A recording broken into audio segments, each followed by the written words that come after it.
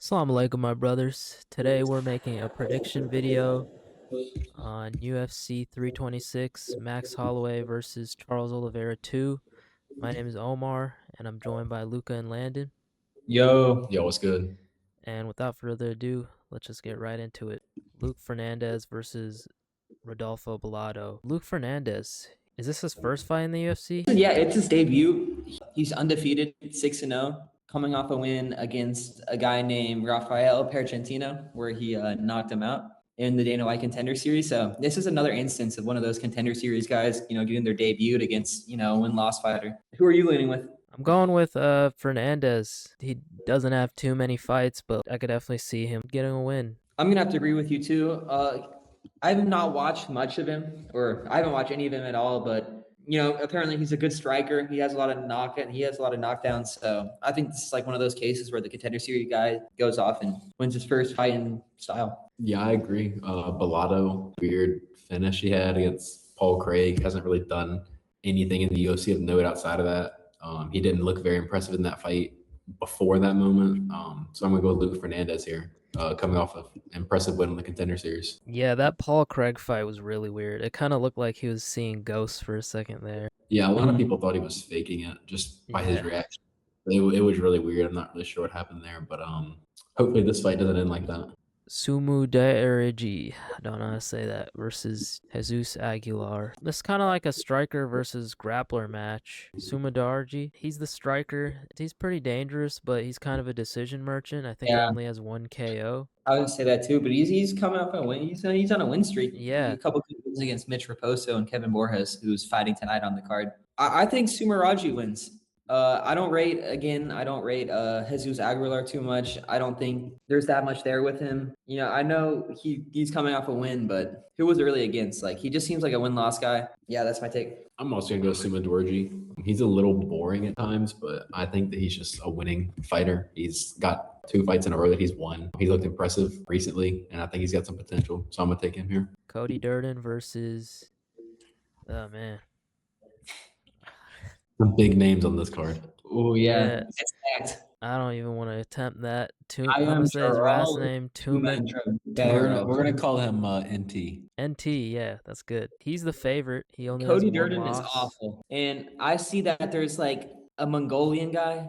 Is he? Yeah, a Mongolian guy coming up who's 9-1 against Cody Durden. Like, how am I supposed to pick Cody Durden? The Mongol, he's like a really good submission artist, and I could really just see him just straight up submitting him. Cody Durden was submitted in his last fight against Alanasi Man. So I could also see Cody getting the upset because his first loss was his introduction to the UFC, because he's been doing road to the UFC the whole time and getting all these wins. Yeah, I mean, you never know. He could just be someone that's good outside of the UFC, but once you introduce him to the actual UFC roster, that's when he starts to falter. Yeah, I'm going to go with NT.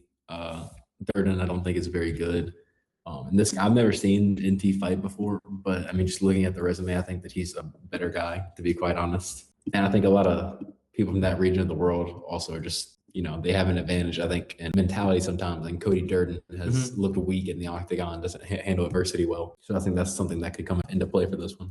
Ricky Turcios versus Alberto Montes. Let me lead off with this one. Alberto Montes is gonna cook him up. He's Venezuelan, so I'm gonna glaze him.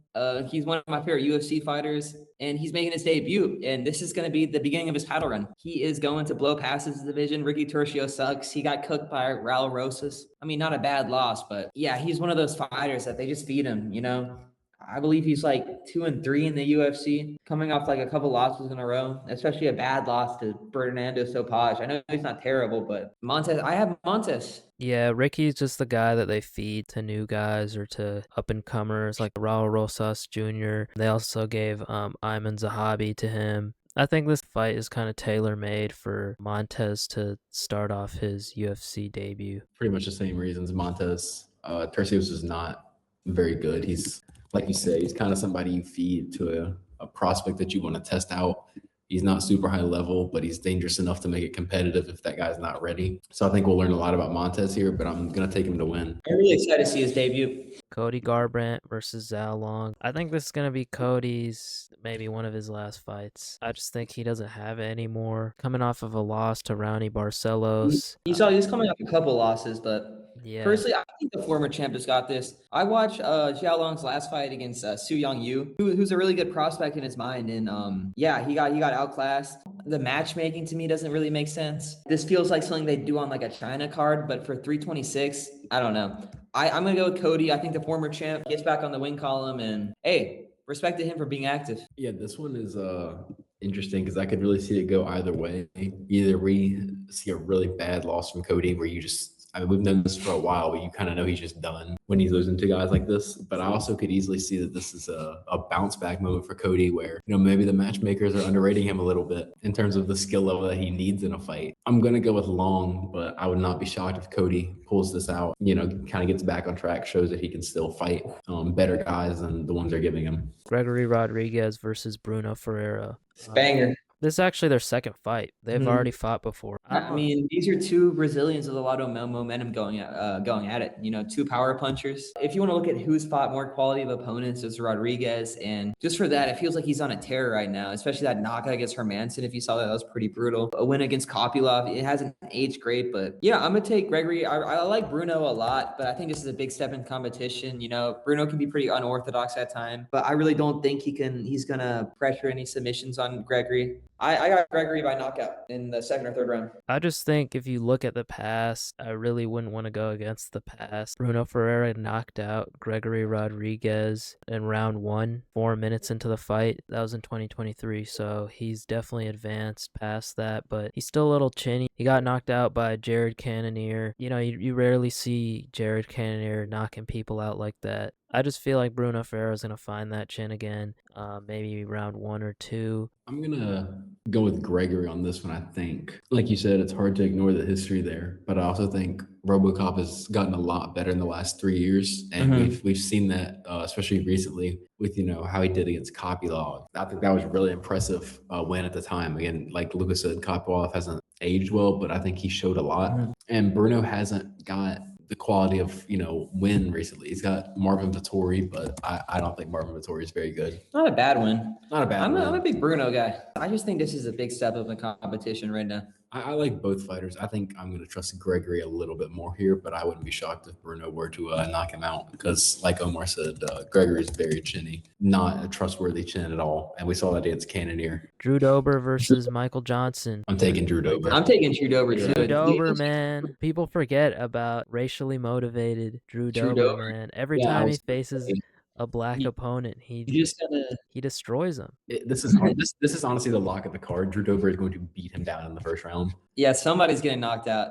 Michael Johnson, he's coming off that fight against Zellhuber where Zellhuber was like minus 600 and he ruined all of our parlays, by just, going for the body, keeping range. I think Dober's going to win this. They're both vets. This is like an matchup, but racially motivated Drew Dober. I mean, mythical UFC fighter. He TKO'd Bobby King in round 2, TKO'd Terrence McKinney in round 1. Like he's one of the UFC's best mythical fighters, and this is the reason why John Jones doesn't cut down to lightweight. Islam's been saying Drew Dober is one of my toughest opponents too, so I'm gonna go with that. We're gonna see the return of Drew Dober. Islam to 3 rounds. Yeah, I think this is Dober though. That's what I'd go with. Rob Font versus Raul Rosas Jr. First thing I have to say, why is this on the main card? Rob Font is ranked, right? Yeah, and Raul is he's borderline ranked. I don't know if he's ranked or not. He's a good prospect and he's got name value. Really like one fight away from. I feel like he's earned it at this point. Well, this is his ranking fight to get in. He's really had a decent amount of fights to get up, and he's really dominated all of them, other than that one fight against Rodrigues. Yeah, so I think this is a deserved fight for Raul. I'm excited to see how he moves up in competition. I'm going to be rooting for him. And I think he wins by decision. These are a couple of decision guys. I could see a lot of grappling exchanges between these guys. And I think Raul wins 29-28. And I feel like some people are going to call it a robbery, and it might be a robbery because the UFC is really pushing for this guy, but that's what I think will happen. Yeah, I agree. I really see Raul Rosas Jr. winning by decision. It could go the other way. Rob Font could expose him, could get fraud checked. Hey, Rob Font's a gatekeeper. It's a classic prospect versus gatekeeper matchup. I think this is the start of his career. He already had that one loss early on. I think he can learn from that, and I think he's going to find his way to a decision win. Yeah, I'm going to go with Rosas too here. I am scared, like you said, of the fraud check. I think Font, he's not as good as he used to be, but he's still, a gatekeeper. He's still top 15 for a reason. As good as Raul Rosas has looked at times, he's also looked kind of mediocre at times. So I'm going to be interested to see if this becomes a fraud check or not. I'm going to pick Rosas, though. I do have faith in his talent level. Yeah, I'm going to be keeping a close eye on this one to see, how good he looks and, who a potential next matchup could be, depending on, the level of performance he puts on against Rob Font. Co-main event, Kai Borralho versus Reinier de Ridder. Reinier just retired, man. Mid-fight, Kai Borralho, he lost as well, but he lost to Imavov in a decision. The fight hasn't aged well either after Anthony Hernandez kind of got masterclassed by Strickland too. I think Kai Borralho wins this one. I think he wins by decision. I think he's just a better fighter overall. He only has one loss in the UFC. I know Reinier did lose to, I can't remember his name, but the triple champ in one a couple times. He needs to fix his cardio because that's the same way that he lost in one by retirement. Do you think he's got a big advantage on the ground? I don't know. I don't even know if it would go to the ground. I'm just wondering if he's got a submission threat in there. Kyle's got good grappling too, so I think it can neglect that. I got Kyle too. I just think he's a level above. Like, if you beat Kyle, then you're good enough for a title shot. I don't think RDR is good enough for a title shot. I think Kyle's going to win. I could see like a 30-27, honestly, like shooting takedowns. He's also a good striker as well. But, RDR, he's pretty unpredictable. So it's going to be exciting. I'm looking at his record right now, and it looks like he has a sub against Kevin Holland and Gerald Mearshart. He's a very good grappler. RDR is. He hasn't shown it recently. Yeah, if you look at that Kevin Holland fight, that was like a couple minutes in. That was dominant. Well, if you look at his fights in one, he's a very dominant offensive grappler. It just hasn't shown as much in the UFC because he's been fighting like Whitaker and. Well, he's been like knocking out Bo Nickel, so not a lot of room to show the wrestling. I'm gonna take Caio though. I like RDR. He's one of my favorite fighters. I love his fight style. I think he's very fun to watch. I like how he's, great grappler. Unorthodox. His knees are crazy. He's also, he's barely been kickboxing. Like, he's a very new to striking, and he's already very good at it. So I think RDR could be somebody in 2 years when he's a bit more polished, could be a title contender. Right now, I think he might just be a little bit outmatched by Caio, which is why I'm going to take him. Moving on to the main event, the lightweight BMF bout, Max Holloway versus Charles Oliveira 2. So this is their second fight.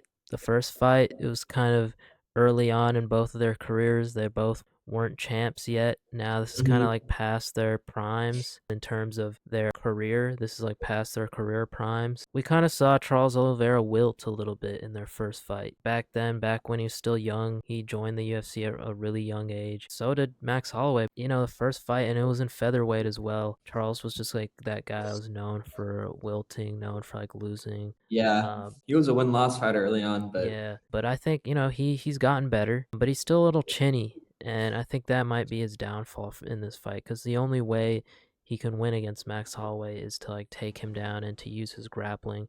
And he's not really that much of an offensive grappler. He's more of like a defensive grappler. Like we just saw it against Ilia Topuria. He gets knocked down, he lays on his back, waits for Ilia to get on top of him, but Ilia never does that. I think Max won't do it either. This is going to be a standing fight on the feet.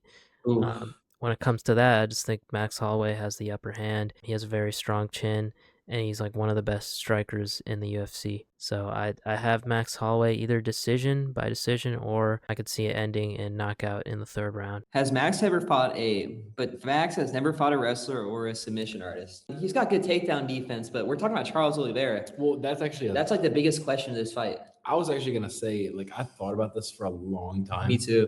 But then I realized that I think Max is going to take it, because Charles, as good as he is at jiu-jitsu, doesn't really have takedowns. Like, he doesn't really get people down like that.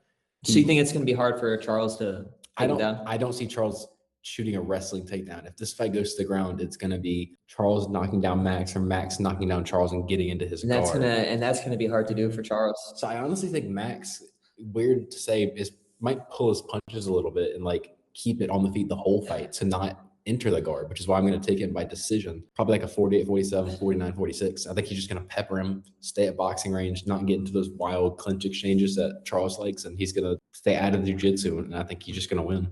I thought about it more this way. When you look at both of the fighters, who's more in their prime right now? Who's like in a better shape in their career? I'm going with Max.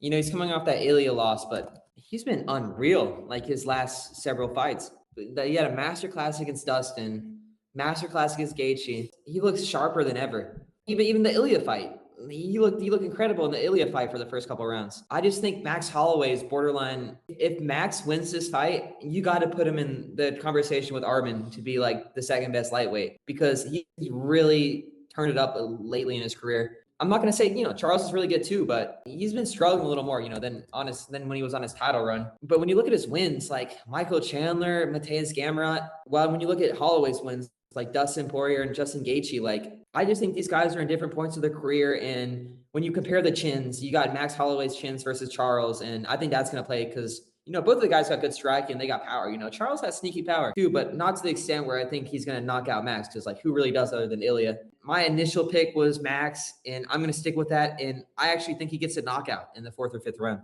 Yeah, I think we all want to see Charles win. We all want to see Charles back on the come up. We all want to see the submission. Yeah, we all want to see the champion's his name, Charles Oliveira. Like we all want to see that version of Charles. I want to ask this: do you think the winner gets a title shot, or do you think there's two? Yeah, it depends on how it was Arman, but like, it really depends. Max wins, he deserves one. You think a rematch, but honestly, you really don't want to see any of these guys against Ilya again.